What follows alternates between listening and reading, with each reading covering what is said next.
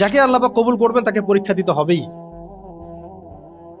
যার যে দিনের পথে চলবে কিন্তু পরীক্ষা নাই, তার দিনের পথে চলার মধ্যে গলত আছে। ইমান আনলে, প্রকৃত ইমান আনলে পরীক্ষা দিতে হবেই।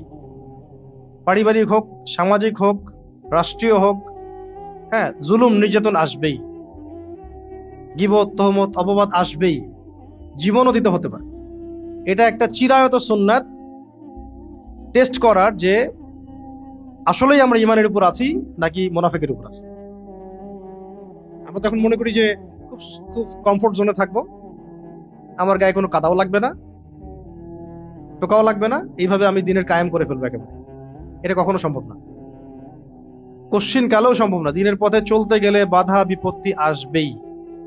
এবং যাকে আল্লাহ পাক যত বেশি মহব্বত করেন, যত যত পছন্দ করেন, যত উঁচু মাকাম দিতে চাবেন, তার উপর তত বেশি পরীক্ষা আসবে। এটা বাস্তব। যাদের উপর এগুলো কিছুই আসবে না, তাদের ভাবা উচিত তাদের ইমান কতটুকু পাকাপোক্ত, তাদেরই ভাবা উচিত।